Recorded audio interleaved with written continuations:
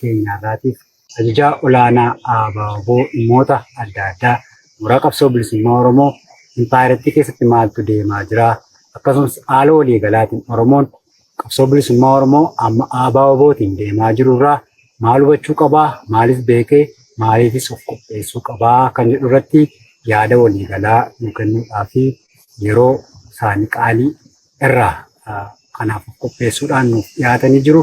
Egaa aga xumura qophii keenyaatti nu waliin turan affeerraa keenya isin akka argaa jirtan kan nu waliin jiru Jaalmarroo Dirribaa Lammeessaati. Yeroo darbes qophii qorqortii siyaasaa irratti dhimmoota garaagaraa kaasanii hubannoo hedduu uummataaf uumanii jiru.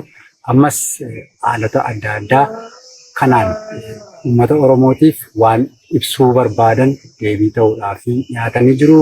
Jaalmarroon affeerraa keenya kabajanii nuuf dhiyaachuu isaaniif guddoo galatoomaa isin jechaa akka xumura qophii keenyaatti irra deebiidhaan waliin turan affeerraa keenya keessummeessuudhaan kan isin waliin turu ogeessota arraata biyyoolessa Oromiyaa waliin ani Daandii Elamooti.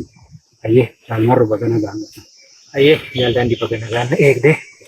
Ayyee egaa baatii muraasa duraa qorqortii siyaasaa irratti arraata biyyoolessa Oromiyaa irratti dhiyaachuudhaan dhimmoota adda addaa waan qabsoo milkii qabsoo bilisummaa Oromoo keessa ture Taanzaaniyaa dura hanga Taanzaaniyaa booda marsaa araara lammaffaatti wal qabatee waa hedduu nu kaastanii jirtu. Ammas dhimmoota adda addaa ajandaa qabannee dhiyaanne sana dura dhimma mooraa keessaatii kaana. Egaa haala waraanni bilisummaa Oromoo ammarra jiru wal qabatee yeroo adda addaatti waraanni bilisummaa Oromoo badeeraa funaanaa jirraa ofii immoo bilisiginnaani achiis na waamu asiis na waamu yeroo jedhu humna isaas addunyaan iyyuu Ameerikaan osoo namni nu beeku Awurooppaan sun beeku yeroo jedhu dhageenya. Kanaan wal qabatee waraanni bilisummaa Oromoo osuma kana jedhamu immoo Bobbaar Bushiiggaatiin yeroo inni sochii marsaa lama geggeesse wanti argamsiisu tokko tokko ni mul'ata. Kanaaf bobbaan kun kaayyoon isaa maal ture? Milkiin isaa argamii manii isaa rukuteera jechuu dandeenya. Fayyaa ta'e Daandii akkuma atuu kaaste biyyattii kana keessatti haalli jiru yeroo irraa yerootti baay'ee jijjiirama. Haala jijjiirame kana keessatti immoo hireen biyyittii akka impaayiraatti akkasumas immoo biyyi Oromiyaa impaayiritti keessatti cunqurfamtee jirtu akka biyyaatti jijjiirama hiree qabsootiinis dhufe kana gara kallattii guddinaatti nagaa fi tasgabbiitti kan geessu osoo hin taane akkuma argaa jirru yeroo irraa yerootti gara kufaatiif gara diigumsaatti gara jeequmsa hamaa biyyittii irra iyyuu darbee gara gaanfa Afrikaatti iyyuu dhangala'uu danda'u akkasiittidha akka deemaa itti argine jechuudha. Haala akkasii kana keessatti gaayyuu wanti tatta'aa ture akka atuu jette mootummaan abbaa irree saamtotaan walitti dhufee ijaarame qabsoo bilisummaa sabaaf sablammootaa keessattuu ammoo kan qeerroon bilisummaa Oromoo fi waraanni bilisummaa Oromoo gaggeessaa ture warri butee barcuma aangoo siyaasaatti ol bahee yeroo inni uummatatti qoosu guyyaa saafaa wanti argaa jirru asii nu yaamanii achii nu yaamanii waraana baay'ee jabaa ta'e harkaa qabnaa akkamitti leenjifattan jedhanii waraana akkasii akka nu leenjiftanii muuxannoo barbaanne jedhanii as nu yaamanii achi nu yaamanii rakkannee yeroo jedhee afaan guuttatee dubbatu dhagahuutti jirra jechuudha. Waraana lola sabaaf sablammii biyyittii keessatti uummata biyya tokko keessaa hireesaa haga murteeffatee keessaa ba'u waliin haa jiraatu sun waan biraati. Ammatti impaayiritti keessa uummata jiraatu wal waraansise.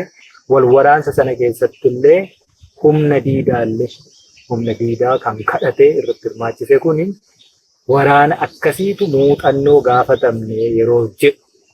Waraanumti akkasii kun immoo isuma kanaan dura gaafate jireenya TPLF sabaaf sablammoota kana keessaa PBOta tolfatee jirullee waraana xiqqoo mallee gaanfa Afrikaa kanarraa waraana barbaadamaa Afrikaa kana keessatti bakka rakkoon jijjiru nagaa eegsisuu irratti illee barbaadamu ture.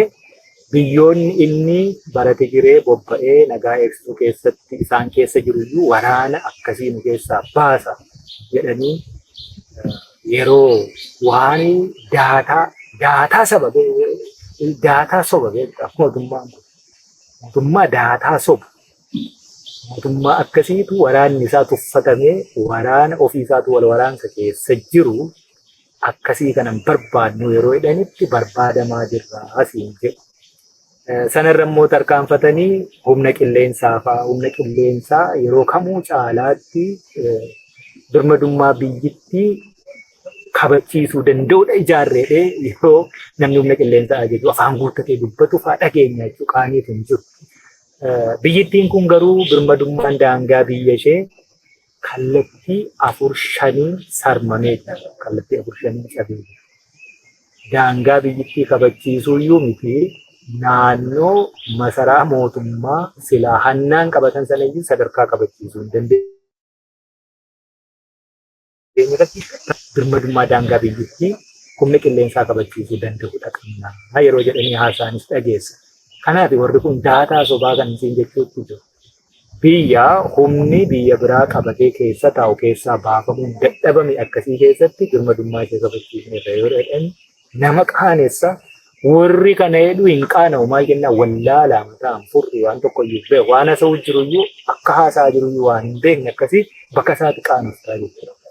Egaa akkasuma darbee immoo waraana bilisummaa Oromoo akkatuu jettee guutummaa guutuutti Oromiyaa keessaa dhabamsiifnee dadhabsiifnee humna silaa kaleessa qabu sana dhabsiifnee sadarkaa lolachuu hin dandeenyee fi leenjisuu bobbaasuu of ijaaruu hin dandeenyerraan geenyerraa biyya keessatti yaaddoo miti.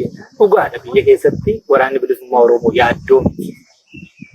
Waraanni bilisummaa Oromoo irree fi gaachana sabaati malee yaaddoo sabaa miti sun dhugaa. Ammoo sadarkaa inni nu yaaddessuu hin dandeenyerraan geenyerra yoo jedhani suni namni deddeebi'ee kan dubbatu waa'ee kee hin jirtu taanaan silaa dubbachuu hin barbaachisu. Hin jirtu taanaan hin jirtu waa'ee nama jiruu hin dubbatame jechuudha. Kana diinatti gadi ba'anii himna jirraa jedhanii akka jiru irreetiin itti argisiisa. Bobbaa qixa qabu sirna qabu. Mootummaan abbaa irree kun waraanni bilisummaa Oromoo kumaatamaan harka kennatee marsaa meeqa leenji'ee hawaasatti dabalamee inni kaan immoo harca'eetu funaanaa jirraa jedha. Akkuma yeroo darbe mooraanii leenjii zoonii lixaa leenjisee yeroo baasu bakka kanatti harca'ee rakkoottaa funaanaa jedhee harcaatiinsaa harcaatii kumaatamaan leenji'ee asittis achittis leenji'ee lakkoofsa sana dabalu malee harcaatii akka Jeneraalli kansilaa dhiigalmaan Oromoon jeneraala ta'e sun ministeerri kansilaa qabsoon bilisummaa Oromoo fiddee bakka sana keessee suufii uffatee huccuu keessa taa'u kun hundumti isaa iyyuu akka inni jedhu sanatti waraanni bilisummaa Oromoo tokko lamaan inni kan harca'ee. Yeroo masaan sana haasaa turanitti gadheen silaa faallaa kee dhaabbatu waa'ee kee cululuqsee bareechee inni haasa'u jiru. Yeroo hundumaa cileessa dibuudha barbaada.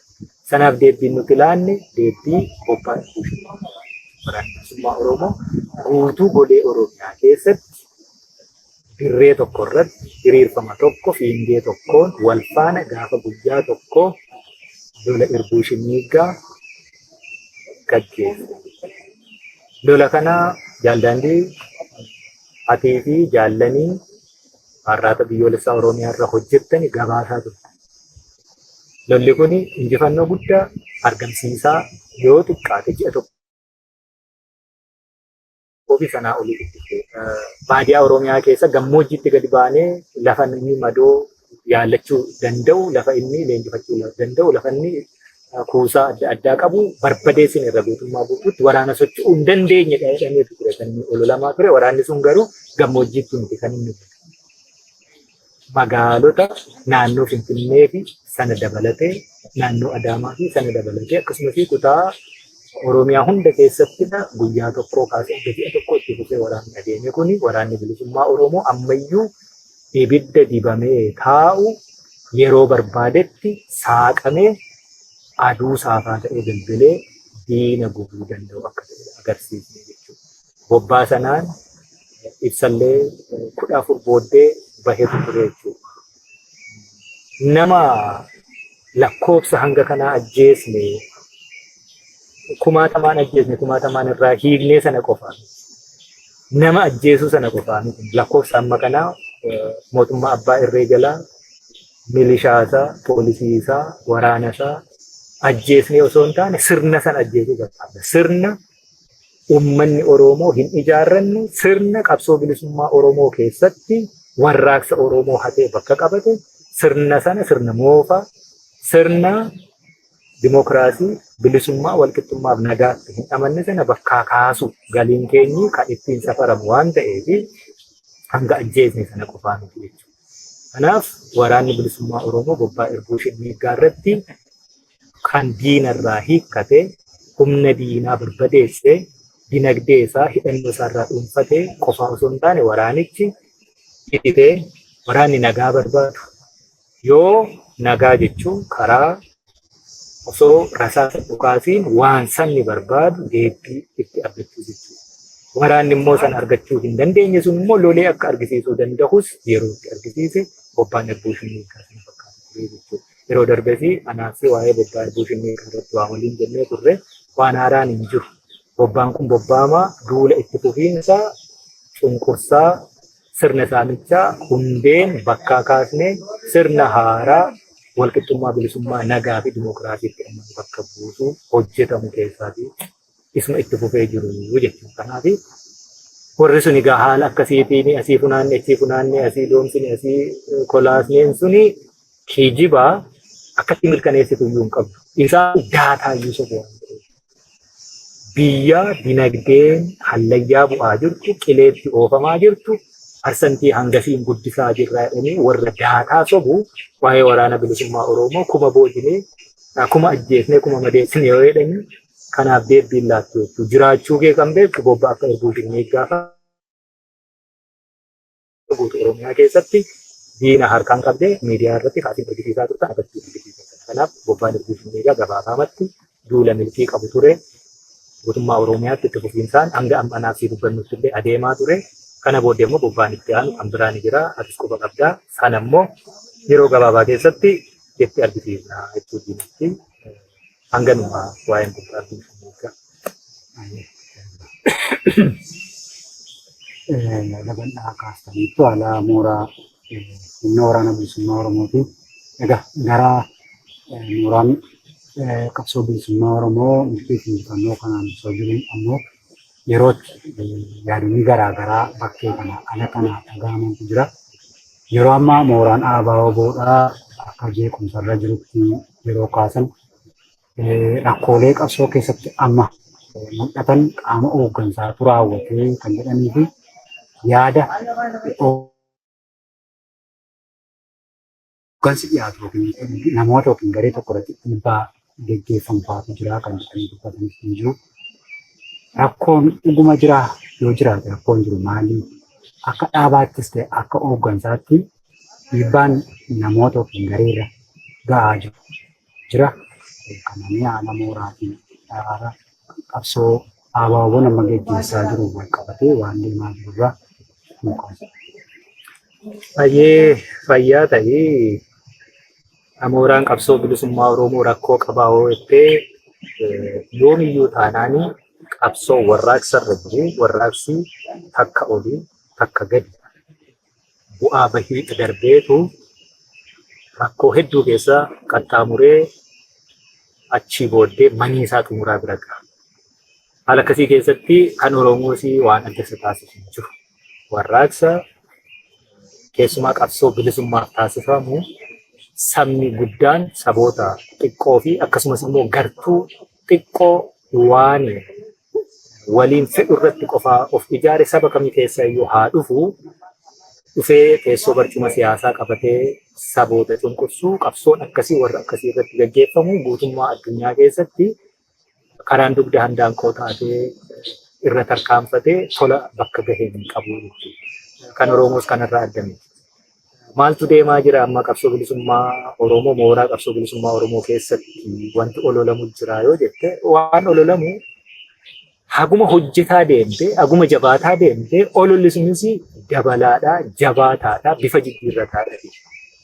Mooraa qabsoo bilisummaa Oromoo keessatti wanti ta'e kan yeroo kamiyyuu caalaa hooggansa tokko jalatti wal deebisu xiqqoo yoo warraasii tuqe ABO'n kaleessa hayyu duree ABO dabalatee hogganoota hedduu jalattidha masakamaa achi jalattidha taliigamaa deema.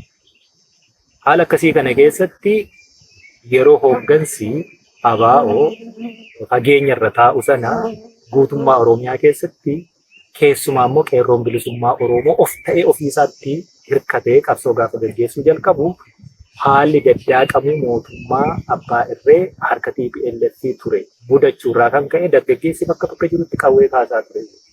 Dargaggeessi bakka bakka jirutti qawwee kaasaa ture hangi quunnamtii ABO qabu lakkoofsaan xiqqoo. Kan quunnamtii ABO qabus dhimma ture. Warri kuni naannoo jiran irratti qabsoon isaanii kallachummaa adda bilisummaa Oromoo jalatti gaggeessaa turanii gidduu isaaniitti quunnamtiin jabaan hin turre. Quunnamtiin jabaan haala hin turre. Namuu bakkuma jiina loluu ammoo quunnamtiin duubasaa jiru akka waliigalaatti hooggana qabaa.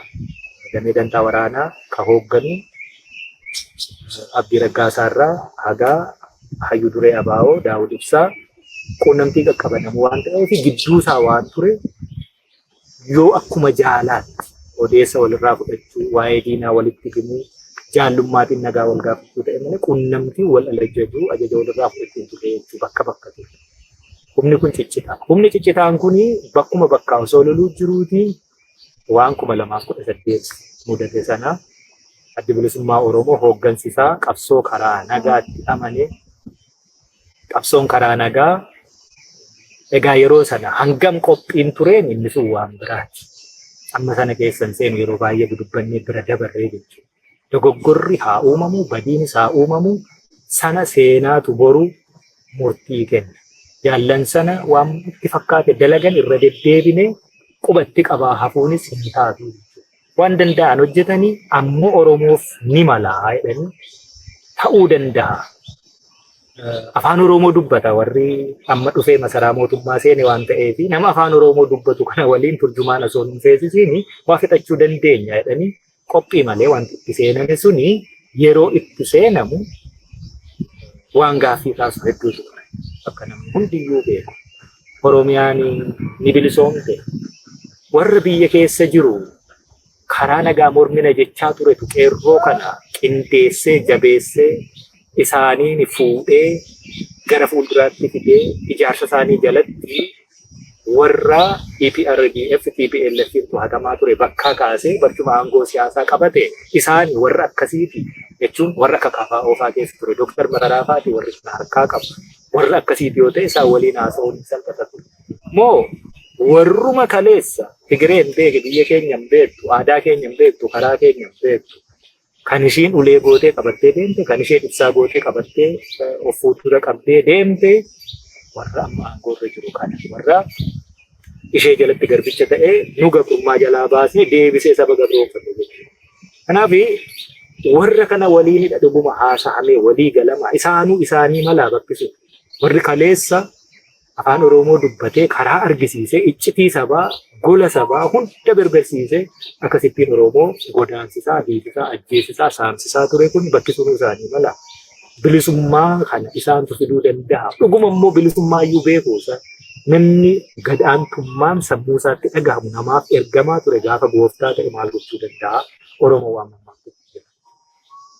Kanaaf warra akkasii waliin akkaataa kamiin karaa nagaa hojjechuu danda'a?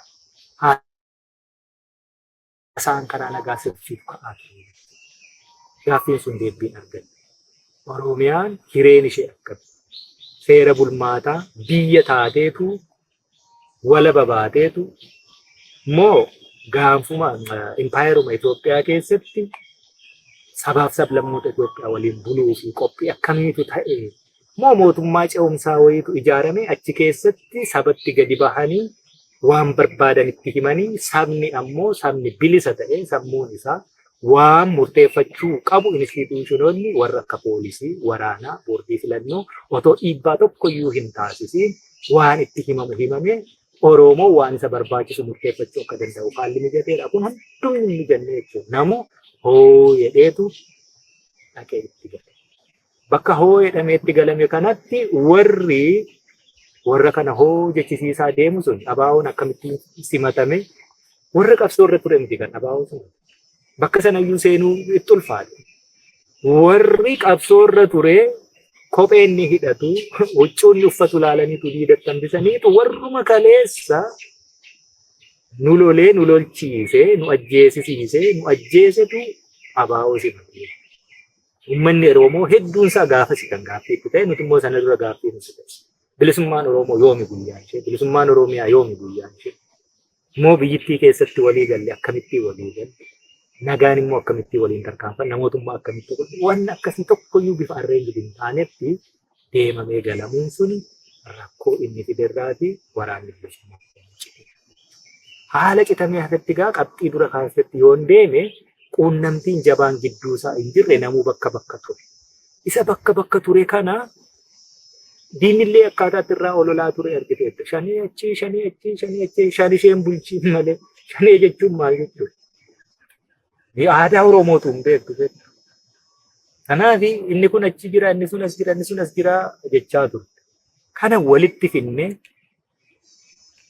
hoogganni isaa inni keessaa bahee gale suni sirrii isaa hojjetu hama isa sana seenaaf dhiisne nuti immoo warri ittiin amanne gaaffiin Oromoo gaaffiin mirga abbaa biyyummaa kan Oromiyaa irratti qabnu deebiin arganne jennee erga hafne walitti dhufuu nu gaafata. Walitti dhufne immoo hanqinatu jira, qaawwatu jira, qaawwa sana duuchachuutu nu gaafata. Inni kun wal'aansoo guddaa. Kana hanga ammaallee dubbata. Namni qobuma qobaa adeemaa ture sun yoo silaa sana walitti finnee hin tolfanne biyyi keenya akka Somaaliyaa fa'aa waan Lordis bakka adda addaarraa bahanii kunis ganda isaatti sunis ganda isaatti keellaama hidhatee kuni gosa isaatiin kuni kutaatiin akkasitti wal qoodee wanni suni booddee edda kufaatii akkasumas edda Abdallah Salaatii booddee Yemen fa'aatti kan ta'e egaa Sooriyaanii Bashir al-Assad irrumatti cichee hafee waa hundumaa irreemaan qabatee ukkaamsee irra taa'e malee wanni akkasii kun gaafa mootummaan dadhabaa deemtu keessumaa mootummaan abbaa irree yoo waal ta'ee tokko ta'ee akka bishaanii bo'oo tokko keessa dhangala'een ganda himatee gosa himatee sanaa oliyyuu amantii himatee inni kaan immoo eliit giruuppii wayii waan isaaf ta'u waloo fedhii wayii himatee akkaataa kanaan saba qoqqooduu dhalata. Akkasuma hin taaneef jecha eeggannoo guddaatii baay'ee naamusaan wal dandahuu fi walitti fidamuu fedha yeroo fudhatu. Cinaatti immoo diina loluutu jira. Kan jiru Oromiyaa keessa waan ta'eef fagoo teenye waan kana qindeeffanneetu Oromiyaatti dhufne Oromiyaa keessa teenye qindeeffanne Oromiyaa keessatti leenjisna Oromiyaa keessatti Oromiyaa keessa. Kanaaf diina waliinis wal'aansoo wal qabaa, keessoo keenyattis wal'aansoo wal qabaa.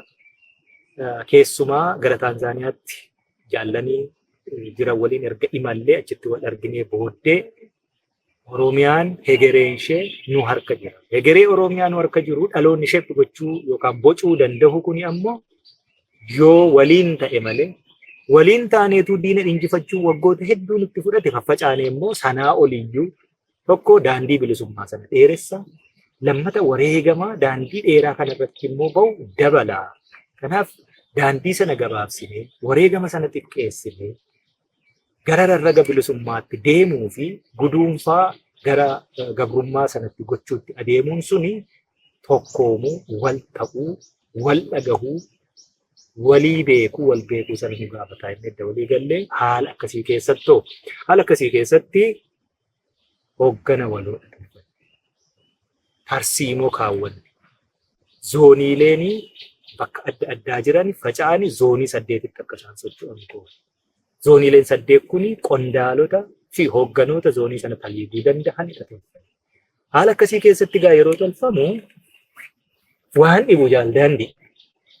Maaltu dhibu yeroo dhadhaa raastu aannan raastee dhadhaan bahuun dirqamaa dhadhaa biraa immoo ciccitee gaafu dhabni bahuun isin. Haala akkasii keessatti dhabni hin dhibu. Egaa dhabni kun iyyuu adeemee waan gandummaatti tutturte kanaan dura gandummaa innaa jennu marroo Wallagga bakka bu'uu hin danda'u beekta. Daandii Wallagga bakka bu'uu hin danda'u yookaan Shawaa yookaan Iluu yookaan Jimma yookaan Arsii yookaan Baalee yookaan Booranaa yookaan Gujii yookaan Harargee yookaan Walloo eenyuunu bakka hin buutu. Yoo hojjette Oromiyaaf yoo gandaan maqaa dhahattee deemte immoo gandi suni uummata miiliyoona meeqa qaba kophaa kee ganda sana bakka bu'uu dandeessu.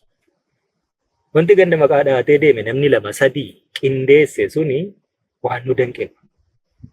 Qindoomina gandaa sana egaa rakkoo qabsoon irra aana jenna waan ta'eef qabsoomaan irra aanuuf danda'a. Qindoominni gandaa sun qabsoon keessatti irra aaname bokokee taa'e. Bokokee taa'ee gaafa hoogganni waloo filatamee zooniirraa zooniitti illee namni hooggansa kennuu danda'u socho'ee bakka wal jijjiiree kallattii tokkorra hooggansa baay'ee jira. Qondaala baay'ee jira, loltuu baay'ee jira. Kallattii gariirra immoo haphinatu jira, qaawwatu jira. Inni bakka tokkotti gandaa dhahatee taa'u bakkaa ka'uu diduutu jira. Bakkaa ka'uu diduu qofaa miti suni seera keessaan fixattuun dhumata gara diina quunnamuu jechuudha.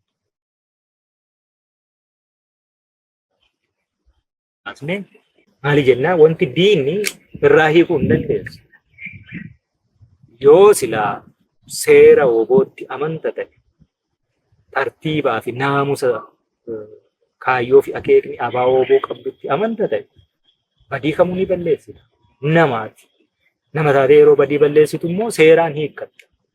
Hiikkattee akka hin cabne akka hin dabne garuu immoo waan uumame sana badii uumame sana keessaa barattee fakkeenya taatee nama taatee fayyitee akka baatutti amala warraaqsaan si cuuquu fi namni si to'ata jechuudha. Diina taatennaan sanaaf hin to'atan.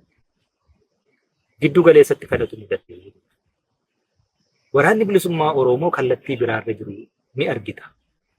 Bobbaa qabaa, bobbaasaa garatti deemnu jira, tarsiimoo jira. Asirratti dubbachuun barbaachisa. Tarsiimoo keessaan hojjennu sanarratti keessaa tokko waraana zoonii lixaarra ture. Waraanni zoonii lixaarra ture akkuma atiyyuu beektu bakka kanaa ka'ee zooniilee Wallagga keessa jirurraa ka'ee lolaa bulchiinsa magaalaa baadiyyaarraa gammoojjiirraa kaane.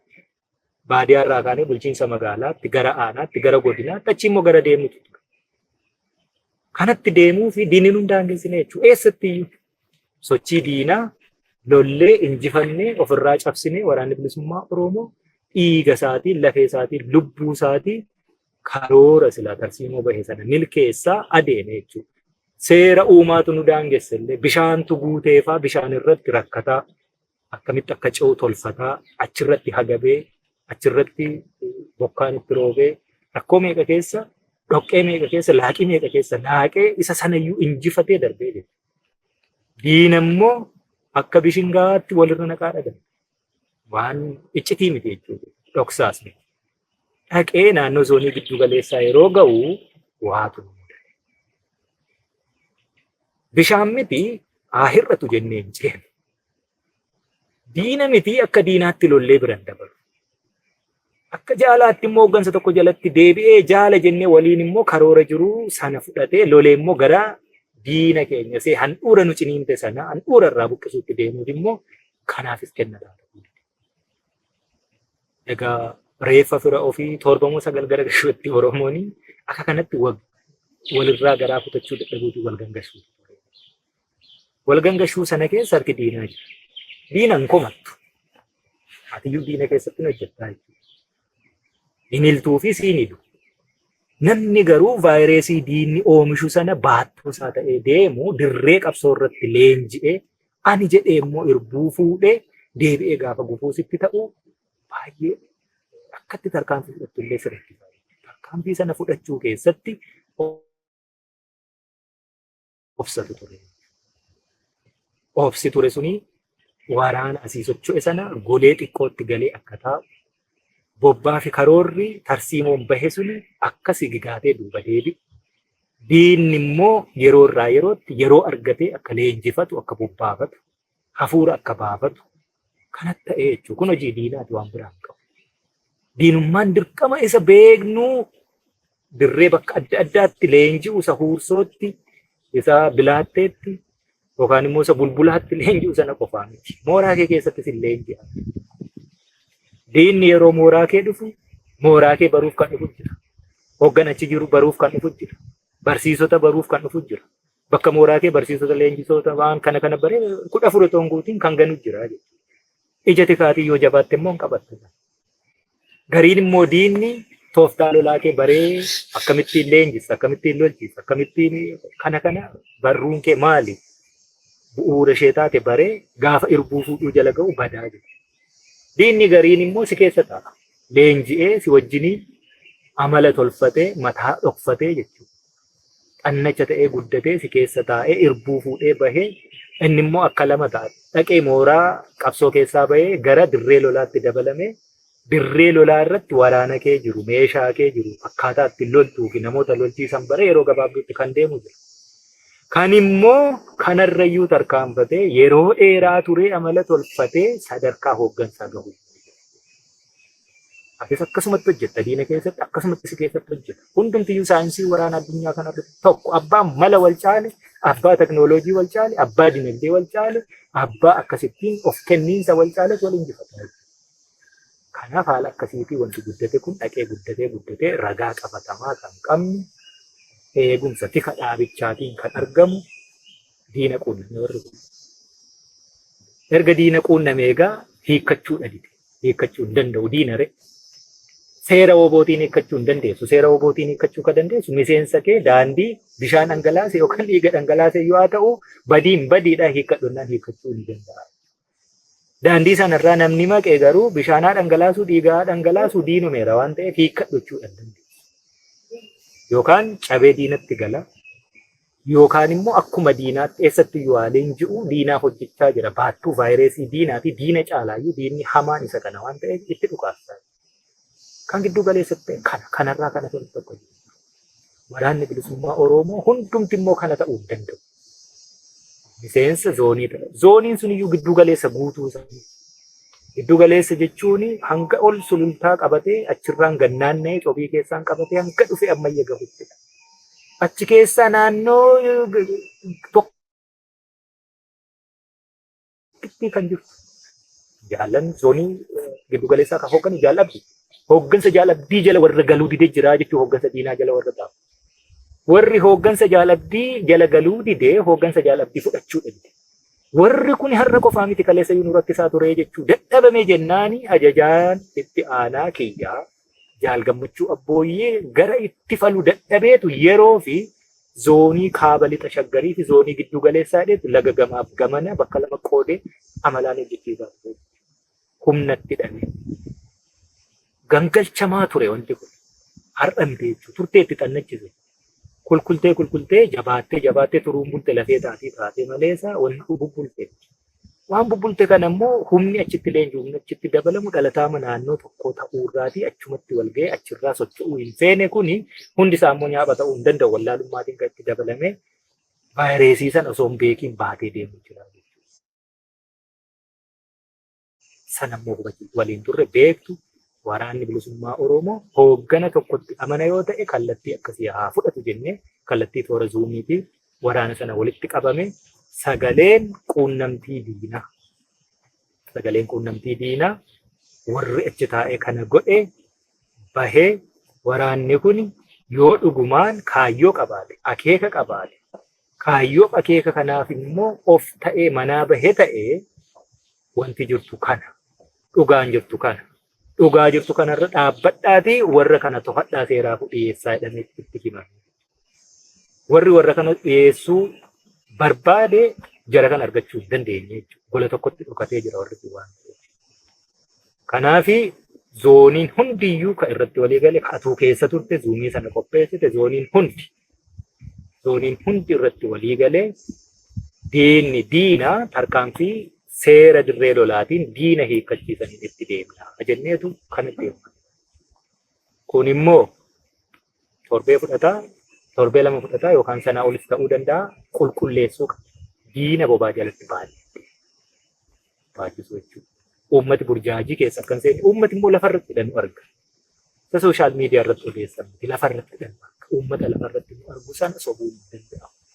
waraanni asii yaa'ee diina kana bakka meeqatti lolee injifatee irraa hiikkatee ol bahe kuni jaallan kooti jedhee akka diinaatti loluun nu rakkisee akka jaalaatti immoo waliin loluunis nu dhibee waggaa tokkoo fi sanaa ol wareegama hin taane baay'ee kaffalaa tarsiimoo keenya irraa sigigaarnee taa'aa turre sun uummatatti mul'ata. Kanaaf diinni diina ta'e eessattuu haaleen ji'u diinni olaluun barbaachisu. Hojiitiin hojjaatiin lafa irratti argisiisu. Mooraan qabsoo bilisummaa Oromoo amma ititeera. Ititee inni raafame dhadhaan keessaa ba'e dhamni dhangala'u immoo dhangala'eetti.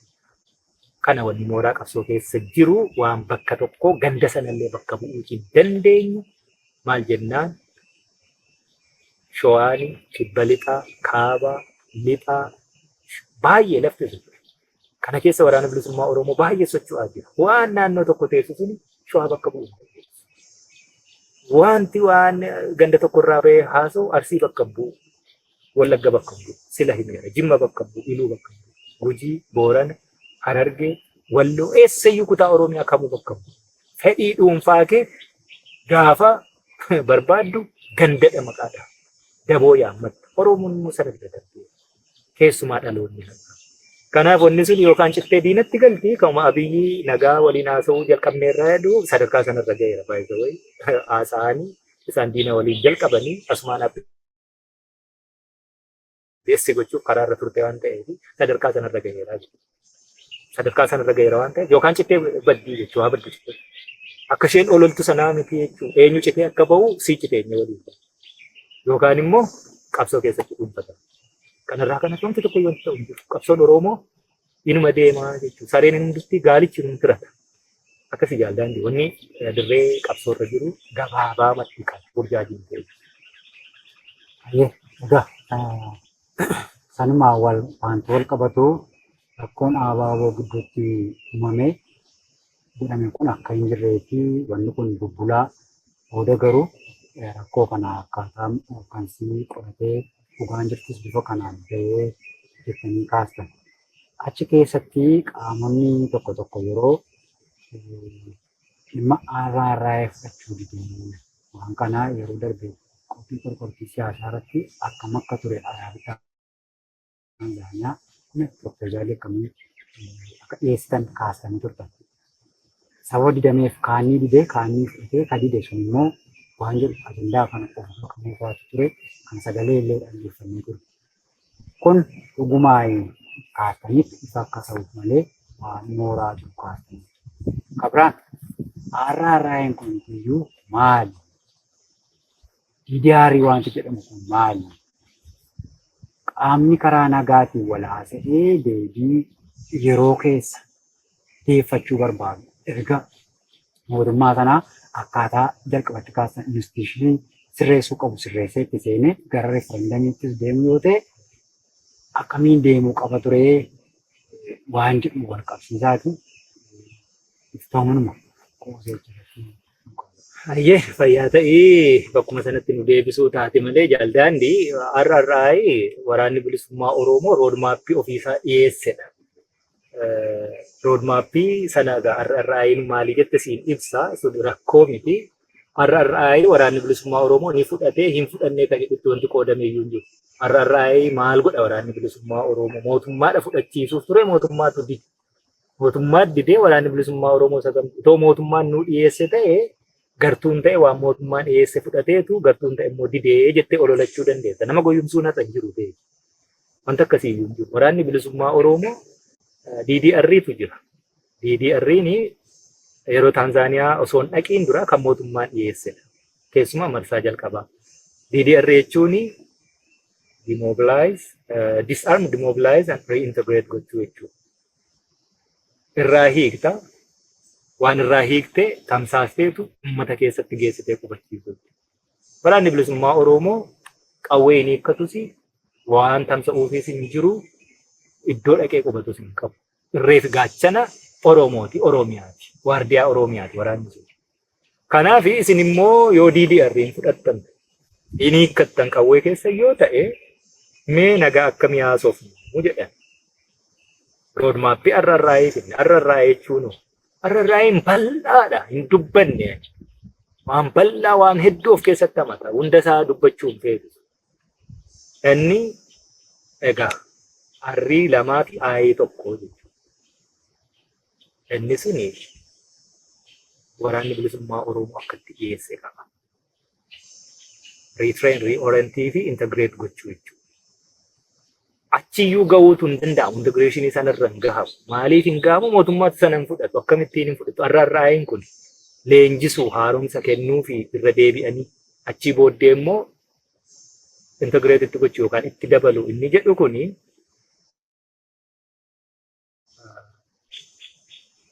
hin tarkaanfanne iyyuu retrain gochuu irra deebisanii leenjisuu irratti iyyuu yeroo irra deebisnee leenjisnu waraana bilisummaa Oromootu waraana mootummaaf waraana bilisummaa Oromoo leenjisuu qabaadha jedhu. Maaliif retrain kan goonu nutis ideoloojii mataa keenya waraana keenya akkatti leenjifannedha qaba. Mootummaan abbaa irrees akkatti leenjifatedha qaba. Yeroo irra deebinee warra kana leenjisnee walitti fiduuf jirru mootummaa miti kan leenjisu. Roodmaappiin woboo akkasi. Mootummaan woboo akkamittiin leenjisa? Mootummaan akka inni itti leenjifate instituushinoota monopolize godhee dhuunfateetu paartii biyyaa siyaasa mootummaa waa hunduma iddoo tokkotti cafaqe. Nam tokko jalatti cafaqeetu ta'a. Warri kun woboo yeroo deebisee retrain godhu yookaan yeroo deebisee leenjisu irra deebisee leenjisu akkatti nama ajjeesan na leenjisa. Akkatti yeroo filmaanni jiru waraqaa baalot booksii sana akkatti saamanii mootummaa tolfatan ni leenjisa. Achitti waliin galamne jechuudha. Roodmaappiin keenya eenyutu retrain godha qabnaa jechuudha. Eenyutu iyyuu retrain ta'a. Akkamittuu ta'a. Kanayyuu fudhatu jechuudha mootummaa. Fudhachuu hin danda'u. Reorient maalirratti dhagu? Haaromsi kennamu sun sammuu namaa keessa mootummaan waan kaa'e qabaa jechuudha. Akka barcuma aangoo siyaasaa isaa tiksanii waggaa 100 yoo ta'e umuriin isaa jira taanaan baraan akka achi taa'udha. Akkasittidha instituushinoonni biyyattii keessaa yookaan dhaabbanni biyyattii keessaa kan inni ijaaran. Dhaabbata akkasittiin ijaaran dimookiraatessuu keessatti mootummaan gaheen inni qabaatu xiqqaa. Kana kan mootummaan fudhachuu hin barbaanne. Maaliif? Hin fedhu dimookiraatessuu hin fedhu. Instituushinoonni dhaabbanni kan akka boordii filannoo, kan akka poolisii, kan akka waraanaa, kan akka tikaa warri kun akka isaanii dimookiraataayisti ta'anii paartii irraa walaba ta'anii biyyaaf jiraatan hin fedhu. Woboon kanadha barbaada. Kana hiiktii arrarra'aayi. Yoo kun hin danda'ama ta'ee mootummaan achi keessaa instituushinoota kana gadhiisee dimookiraatesse kan itti aanutu immoo jira. Feesin sikweensii qabaa jechuudha. Linkeejii walitti hidhamiita qaba. Kana gochuun durayyuu waraanni bilisummaa Oromoo guutummaan guutuutti yoo irratti walii galee jechuudha. Akka nuti tireengoon yookaan akka nuti leenjisnu yoo mootummaan fudhate. Wanni nuti leenjisnu immoo haqa. Wanni nuti leenjisnu immoo waa'ee dimookiraasii, waa'ee walqixxummaa, waa'ee bilisummaa, waa'ee nagaati. Maleesaa waa'ee barcuma aangoo siyaasaa mootummaa tiksii fi poolisiinis, tiknis, waraannis, boordiin filannoos akkasumas dhaabbattoonni biyyattii keessa jiran garii mootummaa qofaa utubanii jiraatan akka isaan sana godhan miti kan nuti leenjisu. Mootummaan sana iyyuu fudhanne malee yoo kana fudhate immoo inni itti aanee dhufu waraanni bilisummaa Oromoo fi qaamni abbaa irree akkaataa sanaan tajaajilaa akkaataa kamiin walamantaa trust deficitiitu jira. Walamantaa keessattuu waraanni bilisummaa Oromoo si'a 2-3 mootummaa kanarraa amantaa dhabe jechuudha. Walamantaan kun akkamitti dhalata? Qaamni sadaffaan sun iyyuu kana gochuu danda'a moo hin danda'u? Akkamittiin gochuu danda'a? Mootummaa kana akka inni bifa kanaan deebi'ee bor haaluu hin dandeenyetti harki isaa hidhamuudha qabaa. Osoo harka isaanii dhiin qawween keenya gatiittii keenya irra jiru. Nagaan moo hundin nu dhanga? Harkan kennan. Yoo garuu toora isaasan dhukaasii waan Oromoon barbaaddu mootummaan kun fudhata ta'e dhiiga namaa dhangalaasuuf immoo araaraasaa yookaan suusiisaan qaba. Mootummaan kun immoo sana fudhachuu hin fedhu irreetiin taa'uu fedha. Kanaafudha irreetti deebine. Hankanaachi aangoo miti kan barbaacha dhaqne. Aangoo barbaacha dhaqne yoo ta'e sana achi deemuyyuu sin gaafatu. Akkasumatti akka kennattee iyyuu aangoo maali? Aanguma shimeefaa Gaan gargarroo afaan guuttatee jechaa ooluu san. Oromoof Oromiyaaf waan sanaa ol ta'u waraana bilisummaa Oromoo keessaa kasammuu qabu sanaa ol hojjechuu danda'u biyya agartee biyyeen isii sangaan qottee yookaan maashinaraa kombaayinaraan qottee miti. Kopheen dhiittee illee irra facaaste jennaan hunda magarsitu kanarratti uummata beela'u akkasii qabatee mootummaa deemu miti. Kasanaa olii hojjechuu danda'utu jira jechuudha. Kana sana dhabnee miti. Bakka isaanii sana hanga sana dhabnee miti. Hanga sanas wallaallee miti. Joonjeen meeqaan meeqatti galee uummata Oromoo eegee addunyaa kana godhee impaayiritii keessatti ukkaamsee hambisuu sanarratti akkasitti hojjechuuf beekee afaanuma tolu sobu waan biraan qabu. Nyaataa sobaa oolu, isa mul'atu sobaa oolu, xiqqaaf guddaa sobaa oolu waan biraan qabu. Kanaaf wanni nuti barsiisuu barbaanne instituushinii biyyattii masbii dimokiraataa. Kana dhagochuu qabna. Yoo mootummaan suni silaa mootummaan abbaa irree suni silaa hattoonni suni too kanarratti walii galaniiru ta'e inni itti aanu kanaa jechuudha. Kanas tola hin jedhan fudhata. Achi booddee immoo mala inni itti warra sana dhuunfachuu danda'u. Naashinaal Seekiyuriitii keessaa, Armii keessaa, Poolisii keessaa, Naashinaal Boordii, Elektoraal Boordii keessaa akkamittiin itti seenamuu danda'a roon maappii isaa jira. Kana birayyuu hin geenye jechuudha. Jarri konstituushiniin biyyittiirrayyuu waan jiru hin beeku waan ta'eef si morma taa'e. Wanni si mormu mormii goggogaa amansiisuu hin danda'u. Kanaaf iyyuu har'a mootummaan sun iyyuu hin fudhatu hin ta'uufi. Wanni inni hin taaneefi harka isaati cancala. Namni tapha siyaasaati taphataa uummatatu filataa jechuudha. Yoo sana xumuratee instituushinii hundi dimokiraataayis ta'ee itti aanee inni dhufu uummanni Oromoo otoo dhiibbaan kamurra hin jiraatiin dhiibbaan qawweetiinis dhiibbaan siyaasaatiinis irra hin jiraatiin wal ta'ee bilisa ta'ee taa'ee Itoophiyaa waliin jiraatamoo Itoophiyaan ala jiraataas murteeffachuu qabaachuu har'a sadarkaa sana. Yoo kana hunda goone instituushinoota dimokiraataayis goone poolisiin walaba ta'e, tikni walaba ta'e, biyyattii keessatti boordiin filannoo walaba ta'e, waraanni walaba ta'e ilaalee qofaa nagaa biyyattii qofaa eegsise warri siyaasaa walitti ba'ee dhugaa jirtu walitti hime waraanni kamiifuu loogu jechuudha. Waraanni waraana biyyaati, poolisii biyyaati, tikni tika biyyaati, boordiin filannoo kan siyaasa biyyattii keessatti warra galmaa'ee jiru hundumaati malee loogii mootummaa tokkoo yookaan paartii tokkoo miti. Haala akkasii sana keessatti gaa walitti dhufee sabni immoo otoo dhiibbaan tokko jechuudha. Dhiibbaan kam qawween keenyis kan inni itti deemu kana. Dhiibbaa jalaa baasu Oromoo. Erga dhiibbaa jalaa bahee uummanni Oromoo ofiitu murteeffata. Waan inni murteeffatu immoo atuu beekta. Kanaaf yoo karaa nagaan danda'ama ta'e dhiibbaatiin ala taa'ee uummanni Oromoo murteeffachuu danda'a ta'e mirga hiree murteeffannaa Oromoo kabachiisu. Har'aadhaa roodmaappiin isaa hagga. Mirga hiree Oromoo mirga Oromiyaa abbaa biyyummaa irratti qabnu sana Oromoon Itoophiyaa bututtee sana keessatti Itoophiyaa haaressinee wajjin bullaa'ee dhimma isaati. Sana kabajnaa fi achi keessattuu inni itti aanu siyaasa yoo barbaadde paartii ijaarrate yoo barbaadde siyaasa keessaa bahe akka barbaadde ta'e ABO'n uummattoota Itoophiyaa waliin ta'ee dorgomee yoo aangoo barcuma siyaasaa qabate Oromoof waan ta'u hojjetaa jechuudha. Oromootu impaayera Itoophiyaa filate yoo ta'e. Impaayera Itoophiyaa keessaa bahee jennaan immoo gara mootummaa walabaa ijaarrachuutti deemaa. Hanga sadarkaa sanaatti hin deemamu yoo ta'e har'aa hojii hin qabu. Garuu immoo DDR mootummaan fide kaawuntar kan ittiin goon har'aa eegala. Kanarraa kanas mootummaan kun waan inni jedhe wanti fudhatamu tokko iyyuu hin jiru.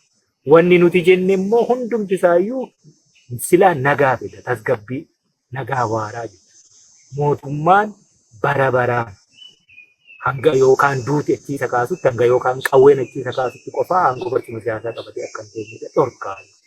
Dimokiraasiitti nu geessa, sirnatti nu geessa, abbaan injifate, injifachuu jechuun immoo uummatatu ilaale poolisii keetti fuutee uummatatti fiddee haasofta. Waa'ee daandii baasuuti, waa'ee bishaanii qulqulluuti, waa'ee mana barnootaati, waa'ee tajaajila fayyaati. Waan hedduu waa'ee ibsaati. Infraastiraakcharii biyyattii keessa jiru akkaataa kamiin biyyattii eegee taatee duuba jirtu kana fuulduratti fiddaa. Nama har'a tokko nyaatee buluu dadhabaa jiru garuu immoo qamadii oomishnee biyya alaatti ergaa jirra jechaa itti qoostu kana dhugumaan qamadiin suni qamadii nurraa hafee biyya alaatti erginu akkaataa ta'uu danda'u anatu danda'a abbaa jedhu uummanni immoo ana danda'a afaanii qofaa osoo hin taane ilaalee namni kun nama ta'uu danda'u jedhee isa filatu sadarkaa kanatti yoo ceesisne Oromoon murteeffatee Itoophiyaa keessaa bulu Oromiyaan cittee impaayera Itoophiyaa qollaa taatee haa jiraattu murtii sanarra dhaabbatee. hanga murtii sana irra dhaabbatee hin taanetti haga qeensi fi xurii qabdu kana gaaffii Oromoo sharafa. Mootummaan sun sanaa ol sharafte waan ta'eef qawweetti deebi'e. Kanaaf har'aayii garii fudhatee garii dhiisee yookaan immoo har'aayii maalii isa jettuuf gabaabsee ibse kana burjaajiin barbaachisu.